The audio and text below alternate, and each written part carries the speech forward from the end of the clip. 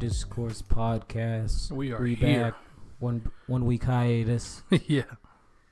Oh man, bro. Oh, it's good to be back. Vegas is something else. Oh, it's good. Oh yeah, I want to lead with that. Vegas is. How was Vegas, man? Man, it was fun. Vegas.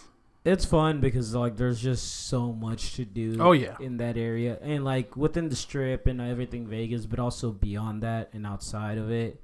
And it's cool because I got a friend that moved out there last year, so I was visiting him. Right. He was showing me around and stuff. But that area is like outside of it is growing a lot. Like there's so much construction and stuff going on. Okay. But yeah, there's like so much to do. And I mean, California is only 3-4 hours away. Or California is like literally away. But LA is like 4 or 5 hours away. Right. They got the mountains nearby. They got Arizona, Grand Canyon nearby. Like, there's so much to do. And so it was cool because it was like I did a lot, but it was barely like out of all the stuff you could feel like there. you haven't scratched the surface. Yeah, it was like barely scratching the surface. Yeah. Like, there's parts of the strips I didn't even get to see yet and stuff. So excited to go back. It's wild out there, bro. It is wild. Like, I don't even know how to explain it. It's just wild. Like, you hear stuff in the movies and stuff and all that, and it's like you don't know it until you're firsthand there, you experience it, and you're like, I can't even This is imagine. something else. I can't even imagine what it would be like during like a vacation season.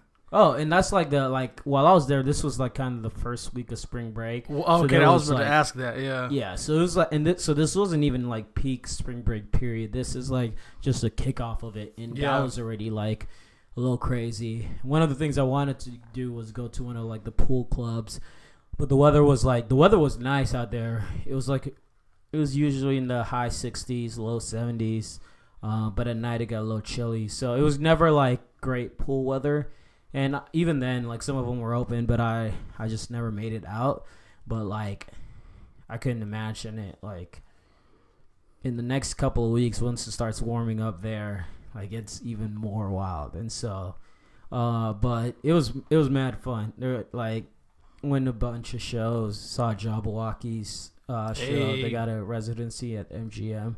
That show was super dope. That was worth the money. I It bet. was really cool. I've always wanted to see them. I've always been a fan since they were on America's Best Dance Crew. Mm-hmm. So They're it was- like season 1 or 2, weren't they? they were the first season. Yeah. First champs ever. Mm-hmm. So it's cool.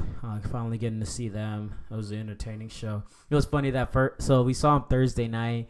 And so I went with Trevor and Amanda, my friend and his wife. And as we were like walking up to MGM, this random promoter comes up to us and he's like, "Yo, y'all trying to see Lil Jon tonight?" And we were like, I mean, There's only one appropriate answer to that. and that was the thing. It was like we were just because after the show we were planning to just walk around, like maybe do a little gambling. He was gonna show me the strip and stuff, and it was like, I mean, this is free. Seeing Lil Jon, sure, Okay. why not?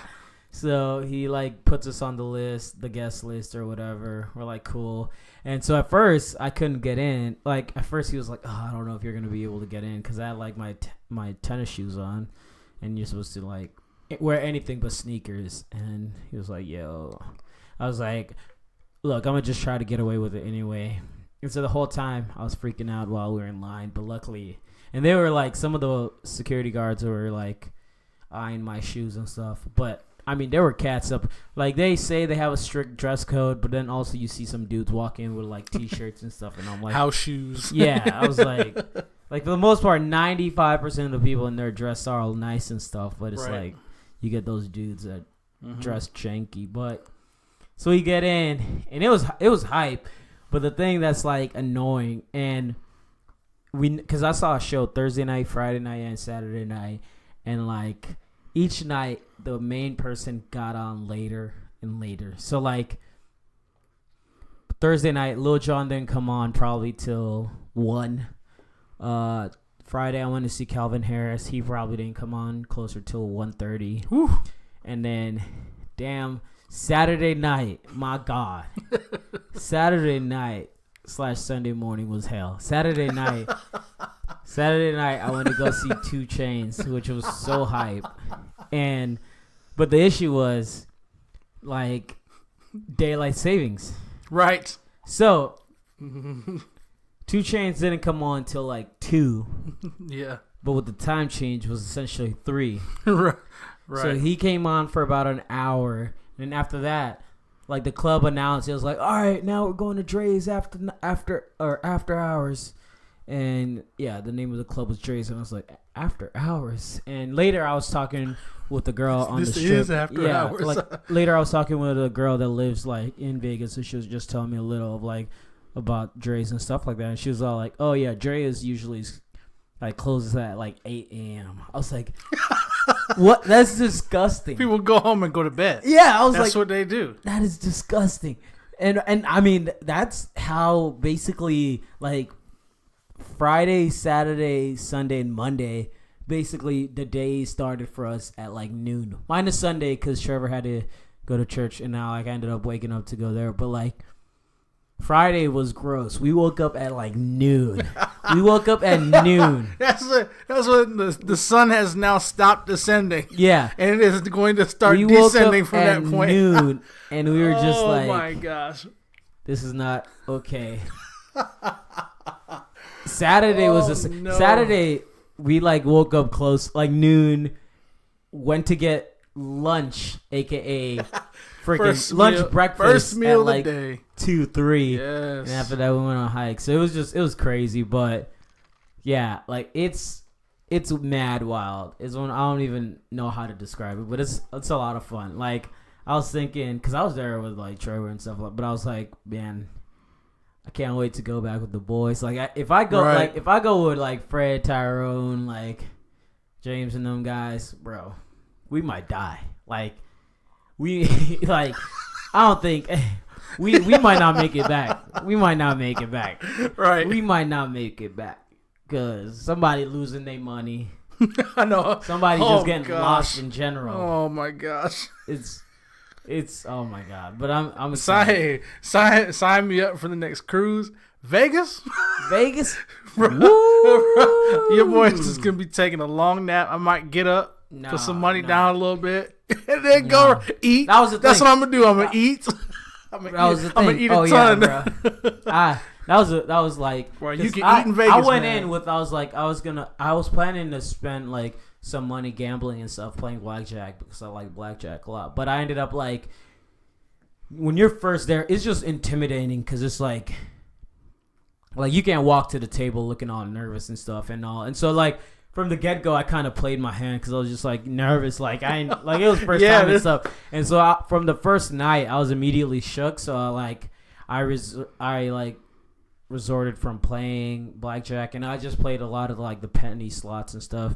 And what's cool with Vegas is, like, as long as you're playing a game, like, bartenders will come by and they'll take drink orders and stuff, and you essentially get free drinks. All you got to do is tip. So, because basically for them, it's like they'll give you free drinks because, like, as long as you're playing games. Yeah. What's he calling you for? I don't know. I was just gonna let it go. Oh, shoot! All right, but I'm gonna keep going. I don't know. I got distracted. Yeah. But yeah, no, it was mad fun. I'm trying to go back there sometime in the summer for like 2 weeks and do both Vegas and California. That would be mad fun. Fun. So, but right now I gotta slow down. Dude, I gotta slow down a little. California to Vegas and then fly out of Vegas. Yeah, fly into California, drive to Vegas, and then fly from there back. Yeah, or the other way, other way around. Either one would be dope. Yeah, it would. I'll tell you though, one thing though, bro, nothing is sadder than the freaking Las Vegas airport on a flight out. Boy. Oh my god! You just the people who have just been completely spent. Yeah. In every sense of the word. I was like standing in that line, every sense and of the you word. just see everyone look defeated, and it's not even like you could have. Because I had a great weekend. I had a great week while I was there. It was a blast, but like consistently just through the line, everyone's defeated. And it was one of those like, one, man, I gotta go back to wherever I come from. Two is like, God, I spent all this. You get every scenario, like you know those people like all of my money is gone. They finally sobered up. They checked their bank account. Dang, how much money I spent? Wait a minute. People that just made terrible life choices in general that are just starting to remember it. Yeah, bro, it's not like it was sad. I was like, all right, hey, as long as we all ashamed together, that's good. I can only some gotta be ashamed of more than others. But it was that going through TSA. It was sad as hell. Everyone just standing there like, ugh. Vegas happened, but no, it was mad fun. Looking forward to making it out back that way soon. But enough of that. Let's get into some ish. There's a lot of it. White people wildin', man. I just want to say, thank you, FBI, thank you, cause freaking man, black people were just having a rough stretch. It was Jussie Smollett to R. Kelly. We appreciate you taking some of the heat, man. Some of the heat, and it was funny because I was listening a couple of days ago to Breakfast Club, and Charlamagne was saying. Because they were talking about how St. Patrick's Day is coming up. And he was like, bro, St. Patrick's Day is coming up. This is about the time where white people start, like, acting up. He was like, look, I need some famous white people to start doing some ignorant ish.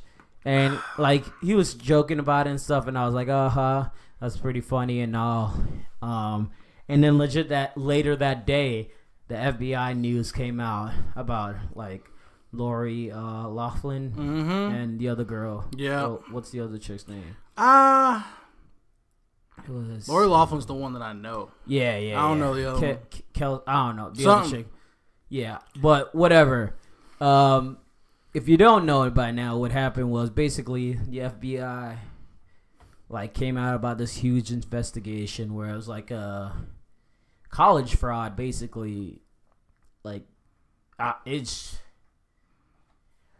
Basically, it's rich folks paying or taking bribes,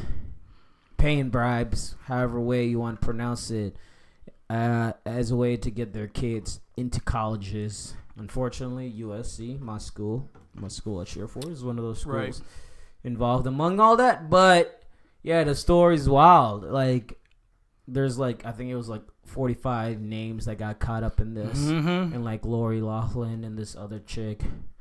They say from Desperate Housewives. Oh, okay.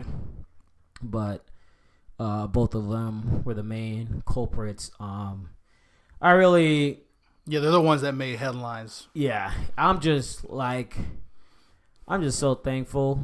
Like, we really needed this. White folks, y'all came in the clutch. I'm telling you, bro, it was a rough stretch. It was such a rough stretch. I shouldn't be laughing, but... And it's kind of like just an exasperated laugh in the sense that I wonder how many people have either been told to their face or have had people think about them, oh, the only reason they got in was because they were brown skinned. Like the whole affirmative action and like scholarships because of your nationality, all that stuff. Come to find out, we had a bunch of people basically buying their kids' way into schools. Yeah. This whole college admission. Wild. Stuff. Yeah. I gotta be honest with you, the most Anglo-Saxon thing I've ever seen, saw. Bro, it is the whitest thing possible. Was the the kid that got into the school to be on the sailing team. Oh, yeah, where bunch of them, Lord, they photoshopped these kids' faces onto athletes to make it seem like they played these sports when they ain't never once touched a freaking whatever you call it, row stick, I don't know, paddle, whatever. There was another, I think that was like a gymnast, or it was it was wild. Like, this thing is wild. And obviously the biggest thing was with Lori Loughlin. I think it was with her where her daughter was basically on YouTube saying she trying to just go to college to party and stuff like that. Yeah. And it just made it even worse. The words, "You guys know I don't really care about school," were all strung together in a single sentence and were said out loud. Yeah. Like, and on top of that, she was making money from basically the whole image of being a student, like the whole branding with I think it was Amazon, branding with Amazon with her dorm stuff and all that stuff. Like, she was actually making immediately started returning on that investment. Oh yeah. And like it's just, oh, I'm going to Fiji. Oh, I'm going to New York. Yeah. And I got to talk to people on how I'm going to balance it. I'm like, bro, you're not even going to be at school. I know. They paid for you to be at school, and you're going to be at school for maybe, 4 weeks out of 2 semesters total? It's wild. It's wild. What? And like, yeah, you could get to the, like, obviously, like, the serious part of it is, like, it's messed up because, like, there's kids that work hard and whatever, and you taking up spots from them and stuff and all that. Like, but I ain't getting into the serious part of it. I love this because I'm telling y'all, black people had a rough month. We had the worst Black History Month ever. We needed this one. I wouldn't say in history. I wouldn't say history. Yeah, that's true. I can't. But slavery happened in some mother. Right. I'll take that back. Right. In recent, like it was rough. It was rough. It was rough. Jussie Smollett, R. Kelly, MJ, God, so many others in there. But I've never felt so guilty than the past 2 weeks of R. Kelly memes, bro. And the use, I'm glad I was mainly in Vegas. The use of his interview, any clips from his interview. Oh my gosh. Yeah, because I was in Vegas when the memes started surfacing, and I hadn't known about the interview, and I still haven't watched the interview all the way through. But I was just seeing some of the memes. I was like, I tried to put off not laughing at them for so long. No, you can't, because some of them are really undefeated. Really, yeah. Twitter undefeated. That's all I gotta say to that. It didn't take long, and I was just like, man, this too funny. Yeah, no, February was rough. Glad to be in March, but it's crazy to think that in 3 weeks, really less than 3 weeks, that in 3 weeks we're already going to be a quarter away through 2019. Like, we are moving. Yeah, we 2019 is moving. But man, yeah, February was kind of rough, and we appreciate you for taking a little bit of the heat off. We really, really do appreciate that. So, man. Yeah, but another news. NFL wilding. Yikes. Also. Big yikes. This is like the most big name free agency period in the NFL in a long time. Where you're seeing huge names. Not even dudes that are free agents, just dudes on teams getting traded and stuff like that. Yeah. The Odell news was a huge surprise. And I'm mad at how fast it happened. Oh, it happened because I heard with the Browns at least. I was mad at how fast it kind of happened. Of oh shoot, the Browns are in there, because people were joking about it during while the season was going on. Yeah, and even I had been hearing something about it a couple of days before, and I was like, oh yeah, there's a possibility Odell gets traded. And I was like, what? No. And then next thing you know, Odell's traded to the Browns, and all of a sudden, the Browns actually look serious.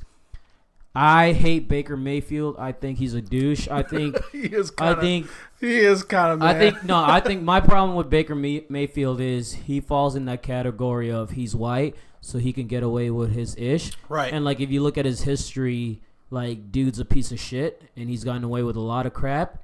That any black athlete was to have his past. There's no way to get to the point where they are. And so I've always not liked Baker Mayfield, and I hope he fails in the NFL because he's just it's that this is the double year. standard garbage. What's and, crazy? I think he's a cultural appropriates also, and the list goes on. But besides all that other stuff, and I don't think he's a good I personally don't think he's a great quarterback or anything like that, and we'll see it. But as far as like just the weapons and stuff they have around them, like I mean, I forgot they got Kareem Hunt, and like Kareem Hunt, I forgot they had signed him, and we still don't know if Kareem Hunt can play because like he's still on the is he exempt? Is he on the exempt list? Yeah. Yeah, so he has to get cleared off of that first, and then things figure out from there. But they're getting some weapons and stuff. But at the end of the day, they're still the Browns, and I'm sure they're gonna find a way to mess it up because they always. This do. is what I have been saying. Now there is kind of a twofold hurt here because we 49ers went out. We're going after Odell. Apparently, we made an offer, and I don't know what happened, but the Giants weren't having it. So there's that side of knowing we came close or close-ish and not having got him. Like, that sucks. But the other side is, bro, it's the Browns. I would have rather seen Odell go somewhere where, and yes, you look at the Browns roster and you're like, yo, this team could, on paper, this team looks like it could contend. Yeah. But if there's one of the most reliable things in all of sports is bad ownership. And the Browns are the Browns. And I don't know, maybe they're hot for, 2-3 years, but ultimately we're going to come right back to the table and be like, well. And there's also the, people that was quick. People talk about the fact that Odell and Jarvis are, good friends and all that, and now they get to play together. But also it's they play the same position, and Jarvis sees himself as the number one receiver on that team. And so now here comes along Odell. You can be buddies and stuff like that, but at the end of the day, here's Odell is a number one wide. So you got two guys now that see themselves at number one wide. And so it might not be all peaches and cream. And this isn't basketball. Yeah. People said with the Warriors when they got Kevin Durant, well, there's only one basketball. I was like, but the ball moves a lot. Football is a little bit different. Football, there's one. Once dude you that let go of controls it, yeah, one dude's gonna catch it, or carry it or whatever. So yeah, so Baker's gonna have to manage that, and he can't be playing favorites because. There's just a lot of uncertainties. Shoot, they got a tight end that needs the ball.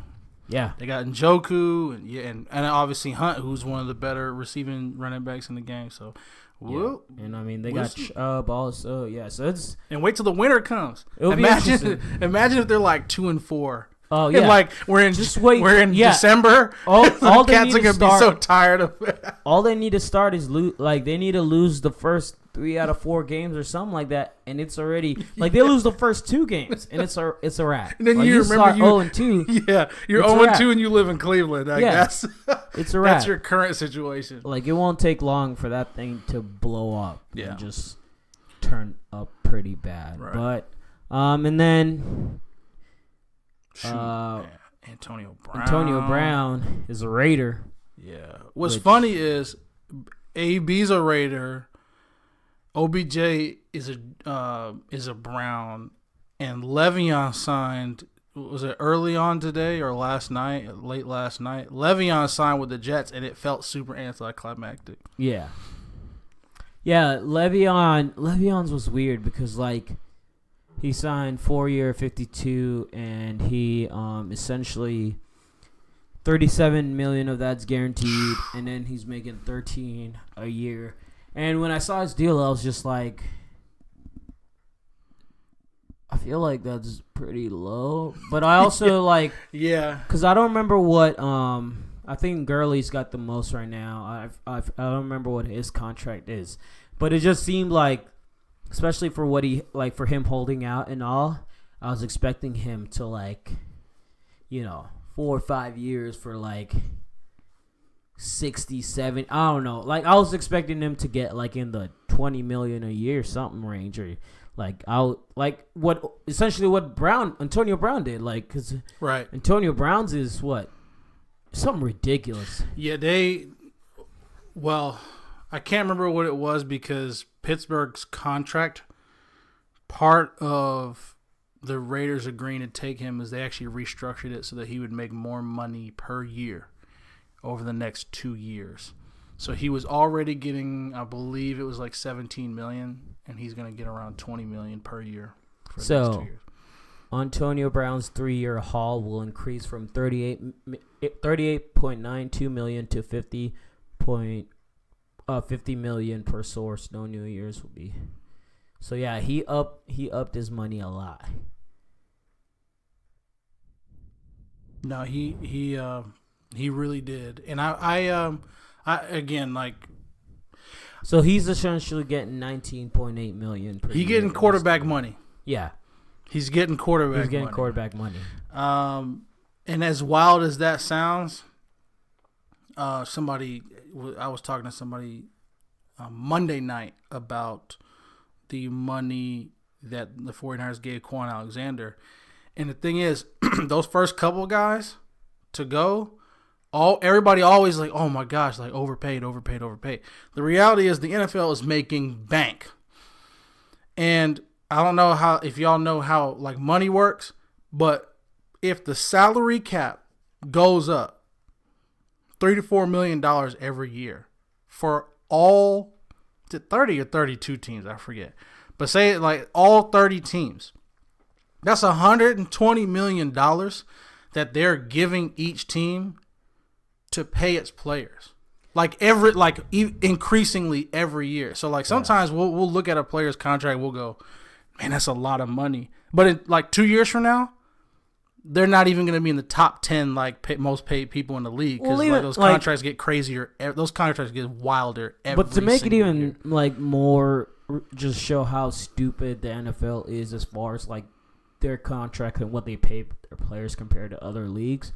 Kelly Olynyk of the Miami Heat is on a contract right now, on a 4-year contract for $50 million. So Kelly Olynyk is making $12.5 million a year. Yes. Le'Veon Bell just restructured his, and he's getting 13. Like, and that's all of that's not guaranteed. Yeah. So like, essentially, like you could say Le'Veon's like top 3, top 4 running back in the league. If he stays healthy, he will. Yeah, he's making what non-starter is making in the NBA. Right. And in a game that doesn't bash your head in repeatedly. Yeah, in a game week. that like you're not clomping bodies with other players. Yeah. To succeed, like a game that doesn't require you to hit and make contact with other players physically. Like it just goes to show how freaking stupid. I don't know if it's the roster size. I don't know what it is. I don't know how the NBA is able to pay mid-level guys this much money where the NFL can get away with. And I don't say get away with as if they're like stealing or anything, but at the same time make it feel like that. Because especially the past 3 years when NBA free agency comes around, NFL, you see NFL players all up and down Twitter talk about like, bro, I might need to change careers. Yeah. Oh yeah. Like I might need to change careers, especially some guys that play basketball, high school, college, man. Yeah. Because NBA money, all of it's guaranteed. Because they are getting their bodies broken for 10 years straight. Yep. To watch somebody make more money in a 3-year span. Yep. Like that's nuts. I know. That's frustrating. And that's part of like, so I don't know when the collective player the bargaining, whatever. Oh, when that's up for renegotiation. It's got to be up soon. It's got to be up soon. I think it's like 2020 or 2021. That'll be real interesting. I guarantee you that season's going to have a lockout. I guarantee you. Because the thing is, like, the NBA money's going to continue to get crazy. And so by that time, in the next, say, 2, 3, maybe 4 years, like, when it's time for the NFL to restructure theirs, and as you see NBA players continue to get empowered, and you see like NFL players are seeing this and they're trying to follow lead, and they're like, yo, like, bro, like we should be having, like, essentially that's what Antonio Brown did. Antonio Brown took matters into his own hand, and like it should have not worked out for him at all. Like he went about it terribly. He sat out the last game of the season. Man, he was just ragging on the team on social media and stuff, and like all he was saying was true, because like the team and management basically was all on Ben Roethlisberger's chalk, and like he exposed everything about, and like Yeah. it doesn't take much to notice like if you just do little reading into Ben Roethlisberger, you could be like, oh yeah, nah, he's like, I could understand why it's infuriating. He's one of those guys where like he's not. Like, from what I've read and stuff, he's one of those, and this is kind of the issue RG3 faced when he was in the league. It was one of those, it's like, you on management side, you're not, like, with us. You're not with the team. You know, You're not, like, a part of the team. Right. Like, you always, like, you got an issue you talking with the owner or something else, or, like, we can't feel like we could go to you. Which lends itself directly to what AB said, and he's like, said he thinks he's part of the ownership group. Yeah. And it's like, I understand wanting to, especially when like Ben's been with Pittsburgh since day one, at least as far as his career. So I understand wanting like the feeling of being up there and being involved. But if at any point, like you're saying, the player, like the team feels like you're not one of us, as a quarterback, you're in trouble. It's a wrap. You're in trouble. Yeah, and I'm glad it worked out the way it did with AB, because like, I think it's gonna start showing, like it's already started to show some of the flaws in the NBA, and like more players are gonna be empowered. Oh, yeah. And I don't know if it'll work out as great for other players like it did for AB, but at least it'll force players to like not just like fall to whatever management's like pressuring them to do, or like just feel like they gotta stay in line, but like really feel empowered, because I mean, the NFL's got all its problems and stuff, but like, just it's all that like many players and many people have hinted at it. There's like that slave owner mentality among the owners and all, and like when your league, your main stars are Black, African American, and like they're getting treated the way they get treated, like it's about time. Yeah, those players like step up and like kind of fight that. So that's why I'm interested with the CBA whenever it comes up. I think there'll be a big lockout, and like, I mean, those players need to fight it to the best they can, and like really get guaranteed, like just the fact that they don't have guaranteed, like their contract isn't fully guaranteed, is so stupid. It is so stupid. This is why I've loved, for both sides, how the 49ers have written contracts the past couple years, because what they've been doing is they've been incentivizing people to sign with a team that's clearly rebuilding, especially since like obviously they use Santa Clara as a attraction point. They use Jimmy Garoppolo as a attraction point. But what's really been cool is, and it's the reason why everybody looks at, especially the last 2 seasons, everybody looks at the contracts that the 49ers will sign players at, and they go, oh my gosh, overpaid. Well, what they're doing is they're giving them massive signing bonuses, like off the rip. Yeah. And it helps both sides. It creates some level of peace of mind from the player, and it also, what it does is they give them a bunch of money on the front end, but their their pay per year is super low. Yeah. So you've got, like, if somebody gets hurt, or if you need to cut somebody or trade somebody, you don't, as a team, you don't end up with a bunch of dead money, but the player themselves already has their like a chunk of their guaranteed money in the bank. Yeah. Which I could see, and I looked it up. 2020. I didn't realize it was so close. 2020 is when the CBA expires. I could see a huge, like, I could see the league starting to trend a lot towards that, where like Adam Schefter is going to tweet something out and people are going to go, oh my gosh, how could you possibly pay somebody that much money? And it's like, well, we gave him a bunch of the money up front.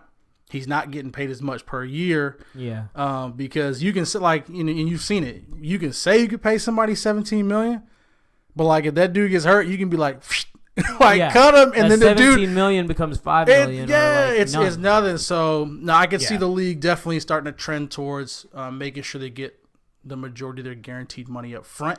Yeah. But we'll see, because that, I did not realize that the CBA was due to expire so soon, and that could get real interesting. Yeah, no, I'd be upset if, like, just especially with everything going on the past couple of years with Colin Kaepernick. Yeah. Just all this now. I think, like, it's clearly showing that, like, where this is headed, and yeah, it's 2020 should be interesting. Yeah. And look, if it means like one season, like one whole non-season of football, like it won't get to that point because just like it's such a huge market and stuff. Yeah, money's king. But the players control it. If the players can just like unite and like, yo, like we might suffer for a little bit, but this will pay off long run. Because I guarantee you, like all those owners, they're businessmen and stuff, and like once you start messing with their money, like that's the best way to get their attention and stuff. It's like, I got no revenue coming in, like you're forced to listen, and like you're forced to like, right, all right, we need to change this. Yeah, this ain't working. And while I do believe that Le'Veon financially ultimately lost his situation by sitting out, for a player of that caliber to basically say, I'm willing to sit out a year, that should worry the NFL. That's big.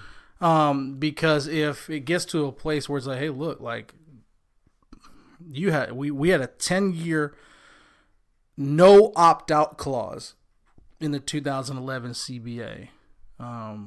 We're going to make sure that as much as possible people are taken care of. And the thing is, the players have too many exhibits. Like, they have too much, like, stuff to point to. Yeah.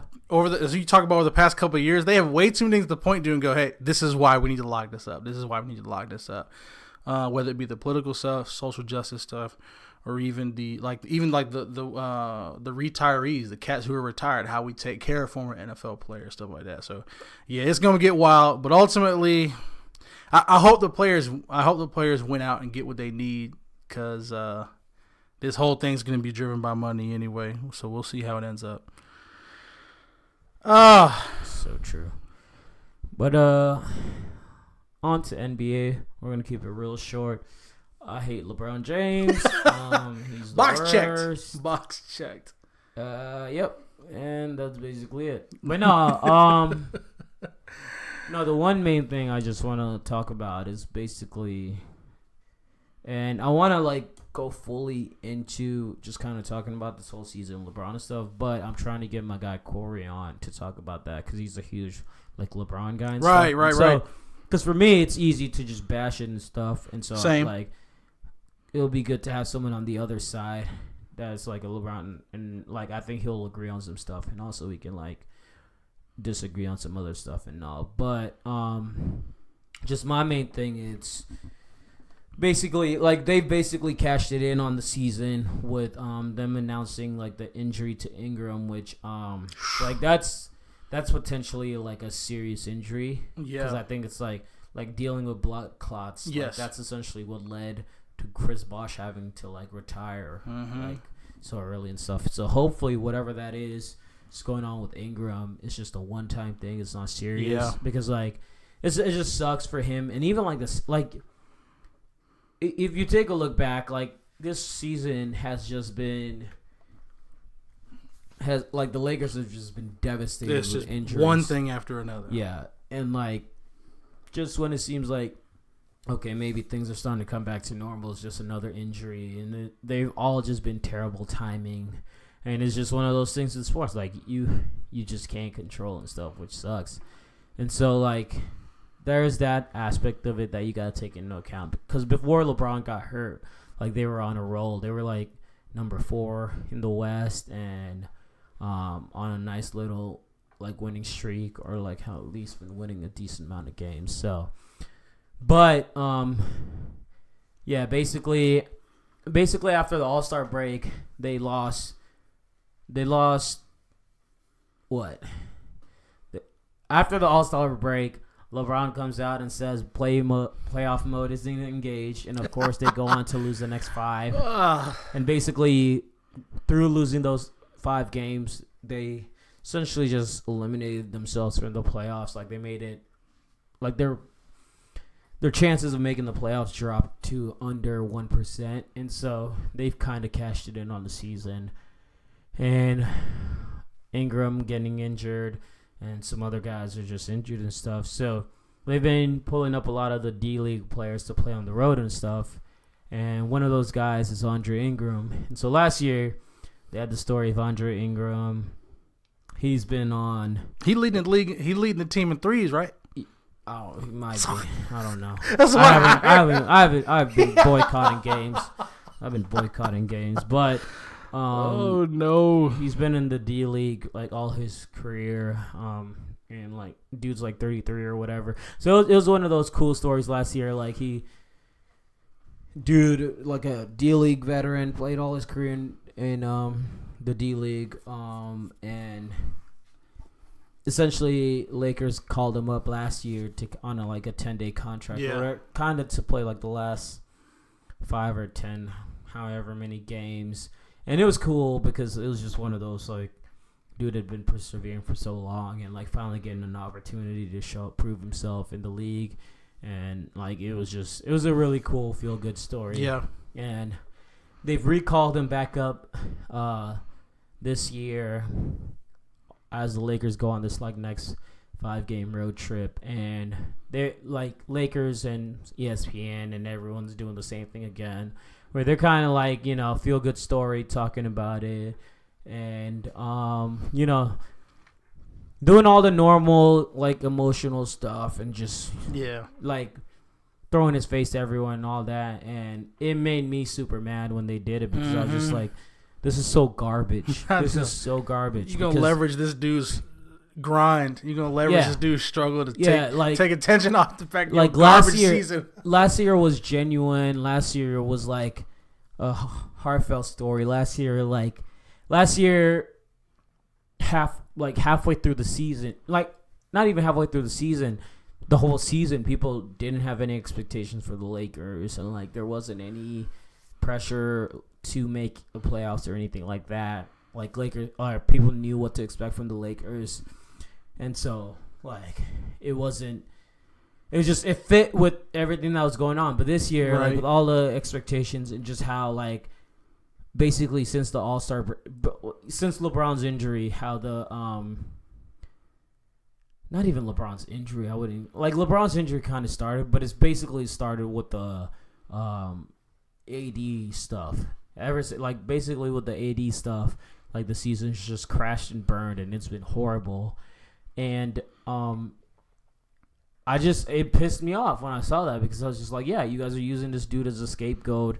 Like you said, they're using his grind, his like distraction. His hard work to distract from like what a disappointment the season has been. And like it's not genuine. It takes away. It doesn't feel like it at all. Yeah, it takes away from the actual cool story that it is. And you did this last season. Like you could have just kept it simple and short and like, hey, we're bringing him up because we have so many injuries and stuff like that. But don't try to make it seem like he earned it. I'll put it this way. If you guys were still in contentions for the playoffs, you guys wouldn't be calling him up, despite like injuries and stuff like that, And so like you have many other better players in the in your D League that you could call up, but you guys are doing this for just that. So that was frustrating. I'm just so done with this season. I'm ready for this season to be over as a Lakers fan. Like, I'm excited for the playoffs and all because I think it'll be good. Like, the East is actually good this year. It's not just one or two teams. Like, there's actually several good teams in the East. The West will always be interesting and stuff. But, like, beyond that, I'm just so done with the season. And it's going to be... I'm just done with it. I'm so done with it. No, I've said this for a while. The NBA needs the Lakers to be good, whether LeBron or no LeBron. The NBA would always prefer a brand because it is a brand. It is a massive, massive brand. We're talking Kobe, Shaq, Kareem, Magic, Worthy, West. Like these are some of the greatest players to have, ever played the game, the NBA would like the LA to be good. But I wanted to ask you this because I think from the outside looking in, because I'm not invested, like I don't really care. Do you agree with Jeff Van Gundy? Yes. Yeah. Trade that man. Yeah. If I could get KD and Kawhi in exchange for LeBron, LeBron's gone. Ship him in a box, put a bow on it, he's gone. And the best part about it too gone. is people both get those so cats. Offended by that. I'm like, why? What kind of stupid moron are you? My brain says, because we're not talking about trades right now. Like we're talking about signing KD and signing Kawhi and getting multiple first round draft picks. And this is the thing for that LeBron. This is the thing that's been pissing me off, pissed me off on the latter part of Kobe's career, where everyone's like, "Oh, nobody wanted to play Kobe" or stuff like that, and all. And it was one of those there was no player that blatantly came out and said that. But with LeBron 1 is still in his prime or whatever. Like for Kobe, this was post his prime. This was while he was dealing with injuries and stuff, while the team was just a bunch of young guys in Kobe and stuff, and so Kobe, young guys, journeyman, and Kobe, and so it was completely different with the expectations there, minus here where LeBron is still seen he might be on the end of his prime, but he's still seen as being in his prime, and for that to just play out and him have this season. Paul George last summer hell bent on coming to LA. And then all of a sudden he changes his mind and stuff. Nobody, I truly believe nobody wants to play with LeBron because LeBron just, the media and the distraction and everything comes with it. And this season has just been great proof of that because, from early on in the season, talking all about this, I don't have many expectations for the season. I know this is going to be a rebuild season. I know, he was saying all this stuff. And then quickly, all this stuff, happened. And we've talked about so many different points in this season where he was just hypocritical, from the Chris Paul stuff when Brandon Ingram got in a fight and he was over there on Chris Paul's side and not the team side, when he tried to trade everybody for AD, that backfired. That was just that alone. You try to trade everybody, every player except him. To this day, I think the trade deadline derailed that season. Oh, yeah. The trade deadline derailed that season. The whole season. And there's no way, it derailed that season, and I honestly think it might derail off season or just the next few years for the Lakers as long as LeBron's there, because So does he? I gotta look this up. Does he have a no trade clause in his contract? No, he does not. I did not know that. He does not have a no trade clause. So I heard a somewhat compelling argument as to why you would keep him, but I feel like anybody with half a brain would understand. And the argument was, you can't. And this is kind of what Mark Jackson was saying, and it's kind of crazy because people were joking that the Clutch Sports influence goes even beyond players. It goes to media members, and it goes and it was weird to listen to Mark Jackson recoil against this idea as if it was some kind of far-fetched thing. He was talking don't even consider this. It was he tried to stop him in the middle of his. He was like, "What are you doing?" The whole thing of if this was it's just weird. If this was even 2-3 years ago, I would say 100%. Yeah, don't even think about it. Yeah, but this is a different LeBron. This is LeBron getting out of his peak. This is LeBron degrading. This is LeBron not being good anymore. That's not a crazy idea. Right. No, and you could get a stupid haul. Oh yeah, for him now. Even now. And so the argument was, okay, it's bad for your brand if you attract somebody as big as LeBron and then trade him after one season. But my counter argument to that is, well, if you've watched the season at all, you wouldn't have. If you're a free agent, you wouldn't have any beef with the Lakers for doing that. I'm not going to be and I'm different. I'm not making millions, right? I don't have to relocate my entire family to play for a new team. But if y'all, if I'm thinking about going to LA, the Clippers, if I'm Kawhi and I'm thinking about going to the Clippers, and LA trades LeBron, I'm not thinking to myself, dang, they might do that to me.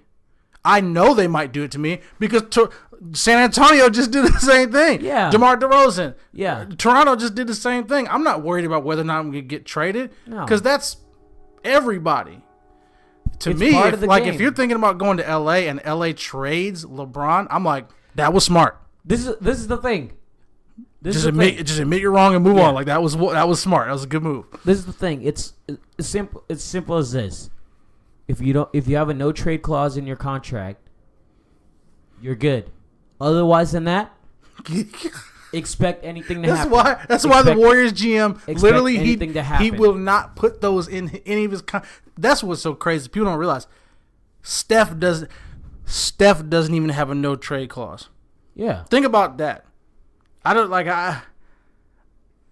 Because think about the point. There was the point where Carmelo had a no trade clause while he was in NY. Yeah, I think it was New York, and like New York was just stuck. They couldn't do anything. They couldn't move him, and it was all like it just confines the team and stuff like that. And so, like, yeah, that's why you hardly see no trade clauses. I don't think I'm not even sure. Like maybe Russell Westbrook and James Harden. Like maybe there's a couple players that don't have no trade clauses, but like. And I get the why, because when you've played a certain amount in the league, you want to be able to control your latter years. Like I understand that. There's already an incredible amount of control that, and I think the NBA is actually trending in a very dangerous direction as far as like agency, because you look at somebody like Anthony Davis, he's got a season and a half, more than a season. He has a whole season left in his contract, and he just comes out and says, well, I want to trade. You have a whole year on your contract. Matter of fact, shoot, I wish NFL players had that kind of pull, because these cats can get franchised twice. Yeah. Like if you don't want to play there, you literally, if the team doesn't want to trade you, there's a chance that they will franchise you twice and you're not going anywhere for 2 years. NBA players, a year before their contracts are up, are talking about, yeah, I'm done. It's like, what? So, but no, I wanted to ask you that about LeBron, because I feel like if you had the opportunity to get picks and then sign cats in the summer, like that's a no-brainer. Yeah, and that's like, this is the one thing where y'all can say whatever you want to say. Like true LA fans have snuffed this out from the beginning, and this is why when all those murals of LeBron was going up crowning him king of LA and stuff, it was getting vandalized and all, because it was like, no, bro, like we're not Cleveland. Like we've had the greatest of greatest. We've witnessed like the best of the best. Like we've witnessed true royalty and stuff like that. You build your own crown around here. You don't. Yeah. You don't. You gotta earn it. You don't expect you gotta to earn like it out here. You gotta earn out here. We're not just gonna rival. come and like bow down to you at your grace or whatever. And this is the other part that's making it tougher for him, because like Cleveland, Miami, like they've never they have no history really, or like haven't had that much of a past of superstars of just winning, a rich culture of winning. And so with LA, he's dealing with that now, where receiving scrutiny, and it's even from the fans, and the fans are like, yo, like his own bro. fans. Yeah. He ain't like he's basically been worshipped wherever he's gone. Yeah. This is different. This is LA, bro. It's a little different. This is LA. Look, man, you know how many rings LA has? Yeah. And you got your 2 with Miami, and you got your 1 in 16 with Cleveland. That don't even count. I wasn't gonna say anything. No, bro. To this day, to me, bro, Draymond doesn't get suspended for something stupid like that. They don't win that. And we watched it live. Game 6 was one of the worst. Oh my God. But anyway, yeah, and we've said this from the get-go from last summer, was LA's not going to be impressed. They're not going to be impressed. And I wanted to ask you about that, because it is something that it was so interesting to hear, like on live television, somebody bring it up. I was like, yo, he had the cojones to actually like say it. And then Mike Breen and Mark Jackson tried to shut it down like off the rip. Yeah. So it's just so interesting and like weird to hear that. But yeah, I don't always agree with what Jeff Van Gundy says, but like, and even like the way he brought it up, like Mark Jackson, and yeah, their reaction really did make me mad because it was like Jeff Van Gundy wasn't coming straight out and saying that. He was like, "Yo, everything's on the table." Yeah, including LeBron. Just like the idea, like the way he started it was, he said, "Okay, so," and it wasn't like they were down. The game had just started, and the dude goes, "Okay, so you gotta like start over, right?" And he starts like, you're like not sure what he's doing, and he's like, "I feel like everything's gotta be on the table, including trading LeBron." And I could almost feel the scores table, the whole table, because you heard the pause. Like, yeah. I haven't yet to see the video. Yeah, there was like a pause, and Mark Jackson sounded like somebody dissed his mother or something. What are you doing? There was like panic because it was. I mean, they go off script all the time, but that's different. Like that's also different. Like Luke Walton is like 99% guaranteed fired at the end of the season. Yes, I swear to Jesus. If they hire Mark Jackson, I might lose my ish. Bro, there have been people talking about the reason why he talks the way that he talks about the Lakers is he's basically trying to posture himself to take the job. Oh, I bet he is. And I after some of the stuff I've seen in the NBA the last few years, bro, I'm not going to say I don't believe that. I'm not going to say that. No. That's believable to me. No, he wants that because he gets to play the Warriors 4 times a year. Like... And it's just... Is that what you want, though? Yeah. He thinks that's what he wants. Well, I guess right now would probably be the best time to play the Warriors because they are bored as hell. They are bored. But, no. I mean, it's not a crazy idea to trade LeBron. It's just one of those, like, yo, everything's on the table. Right. So we're not going to count out everything. I'm going to wrap up here real soon. Have you seen Captain Marvel yet? Yes. So I saw it last Friday. What were your thoughts? I thought it was solid. Yeah. I thought it was solid.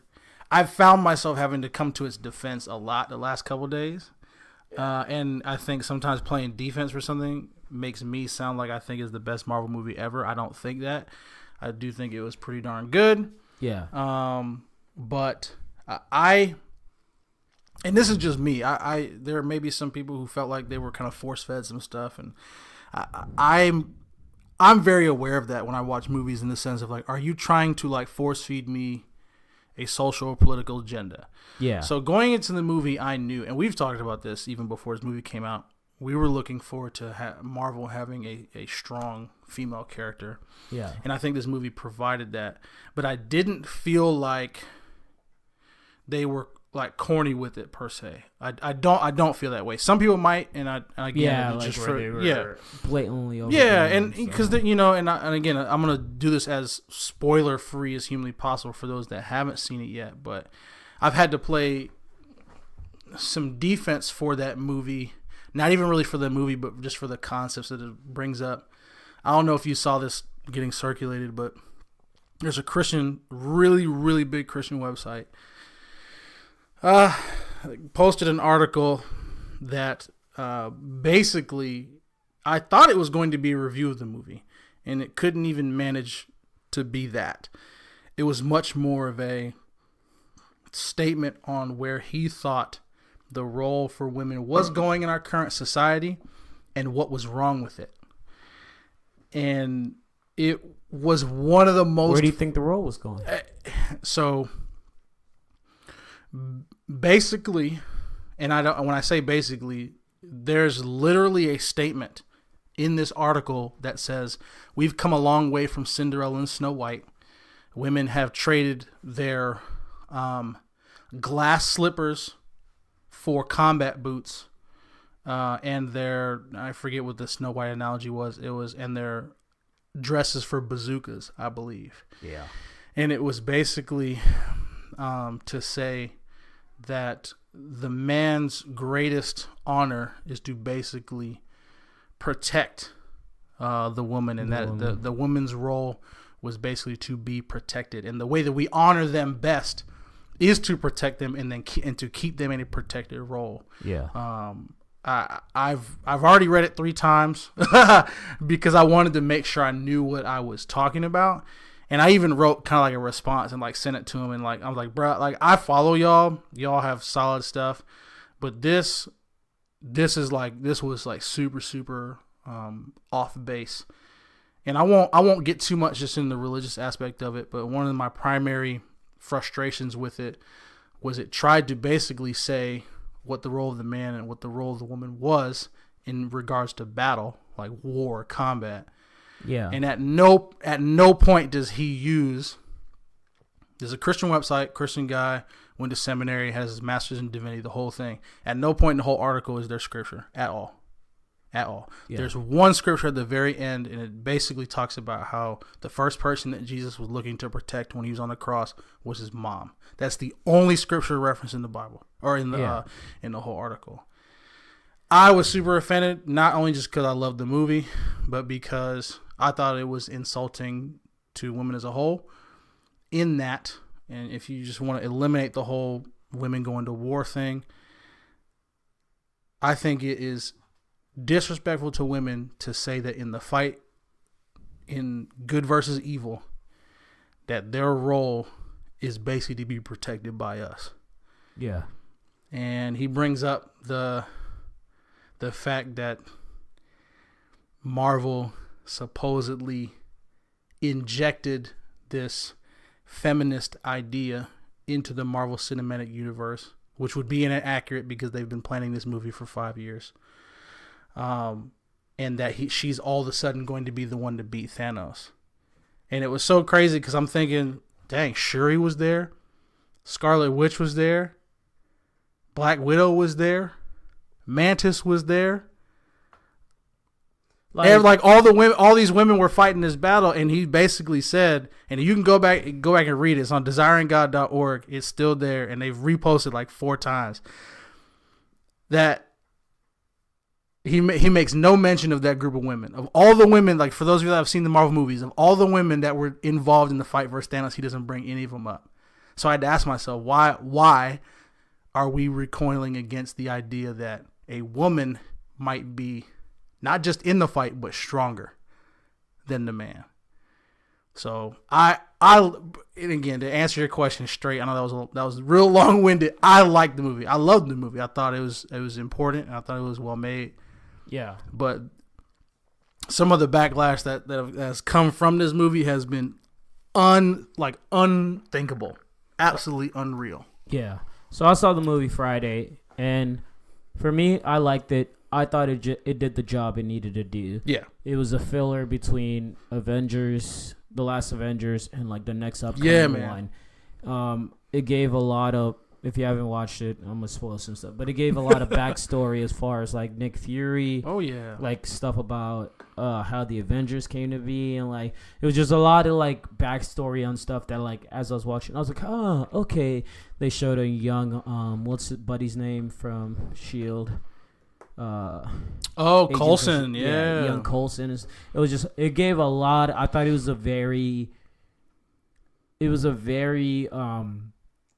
like informational movie that it was, and it's cool in the way because like this is in the 10 plus movies Marvel has released now, and like now you're just getting a lot of backstories and stuff like that. So I think it's cool the way they've been able to get like by with all those movies and not and like still tell origins and stuff in like unique ways like that. And so, and the other thing of it, like obviously this is gonna be like a female empowerment heavy movie and stuff like that, but in the same way, like I felt like I didn't feel like they were overdoing it or stuff like that. Right. It was just one of those. It's like I thought of it in this way just now, where like I see it in the way of movies with like a black athlete. You could think of it in the example of a black athlete, like many female movies you see with a strong, like basing around a black athlete.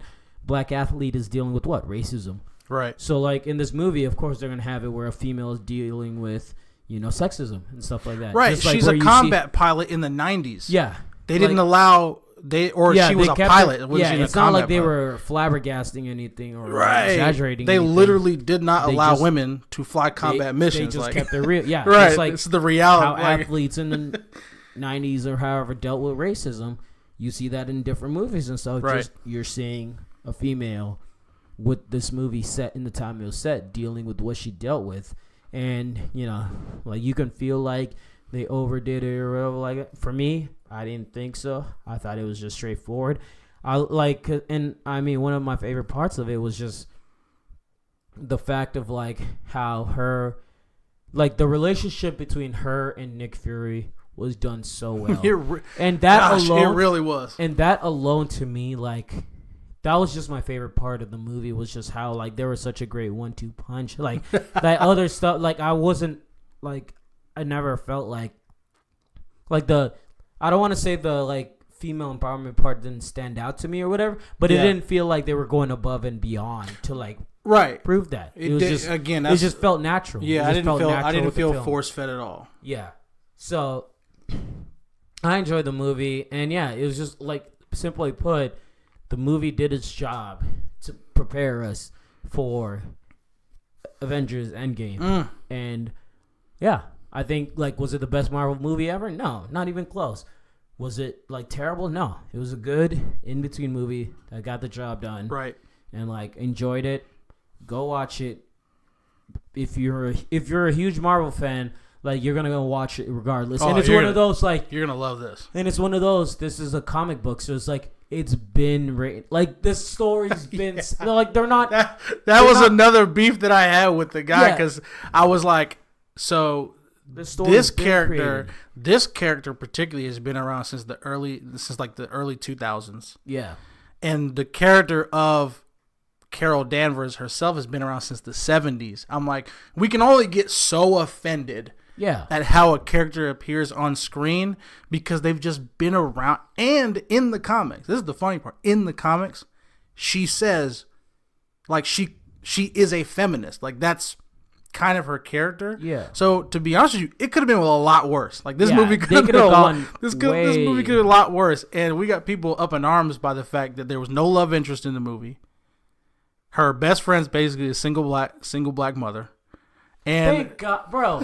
I just realized there wasn't a love interest in the movie. Wasn't that amazing, bro? That's one of my favorite parts in the movie. Thank God. That's one of my favorite parts of the movie. Who the hell wanted a love interest? There's too much going on. There's too much going on.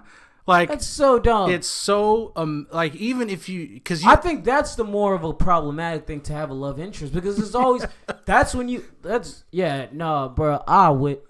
stupid. That is so dumb. Yeah, that is so dumb, because one of those things, it's like there's no unique way to introduce a love interest now without it being predictable. Like, it's one of those, you can flash to a character, they smile at each other, it's like, okay, yeah, they gonna bang. Like, you're right. Like, it's so, like, every scenario, like, that is the push for so many shows and movies right now. Like, I'm watching The Umbrella Academy right now on Netflix, which is a really great show. Is it good? It's really good. I'm like, it's up next. 3-4 episodes into it. But there's this one point where this girl, like, she gives violin lessons, and dude shows up, and they kind of make eye contact. And I was like, okay, yeah, y'all gonna end up falling in love and stuff like that. Right. And it's one of those, like, just in that moment alone, like, I could tell. And so it's one of those, like, love scenes or, like, romantic interests are so easy to predict. Mm-hmm. I'm glad, like, they just didn't even bother with that. It was just like, we're going to keep straightforward to the story. It's like, and part of the reason I feel like so many movie creators feel like they feel obligated to have the love interest, to, like, they feel like that's the only way to create that moment or whatever. But like, I felt the drama. Yeah, I felt that moment in Captain Marvel, but that was between the relationship between her and Nick Fury, and it wasn't in any sexual or romantic way, but it was just that way. And I think this proves more to the interesting conversation of how, like, a guy and a girl can be friends, and it's not one of those things like, hey, they trying to bang or whatever. And I think you could look at it in that aspect of it, where, like, yeah, a guy and a girl can be friends, and it just be that. Right. And so, yeah, I love that it didn't have no romantic interest or any of that pull into it. It was just straightforward. Even the suit, like the suit it was a flight suit. Yeah, the suit in no way was like to Like it doesn't sexualize it didn't her. like it didn't flatter Brie Larson. Let's just say that. Like it was that's not why it was there. And what's crazy is and I was even talking to Kara about this in comparing it to Wonder Woman. It wasn't even like they could avoid that with Wonder Woman's character because her suit has her costume has always been. She's always been like a hoochie constant. Yeah, yeah, it's always been a hoochie constant. Yeah, she's always been that way. Whereas with with Captain Marvel, they really took a practical approach and broke a lot, or I would say not broke. They avoided a lot of the like tropes of female superhero.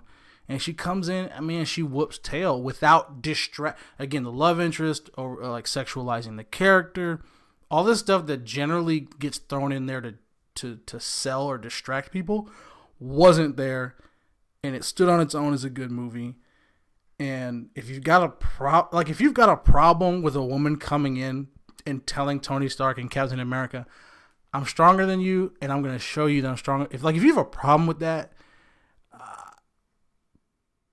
I'll keep it G-rated. You need to check your shorts. That's really all I gotta say about that. Like if you're threatened by the concept of a woman in a Disney movie coming in and being stronger than the man, then you probably need to check yourself.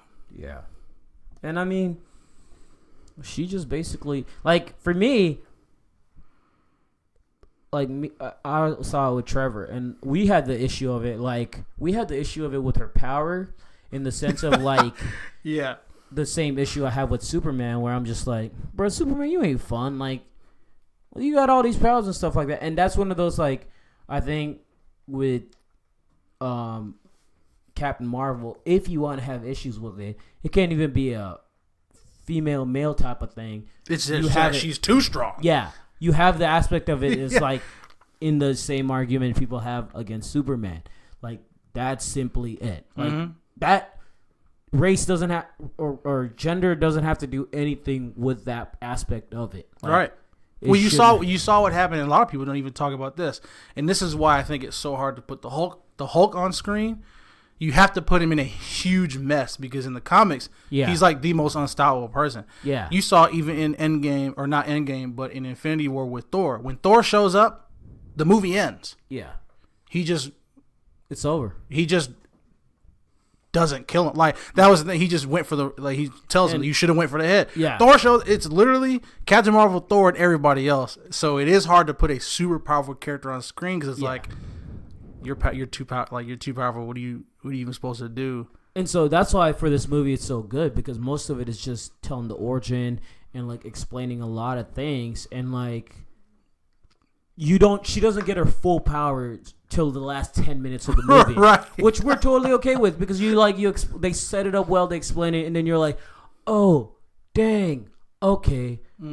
Thanos is about to get wrecked. He's about to get worked. And like, I'm super excited for this next movie. Yeah. And so I think this also just shows to how like genius Marvel is, because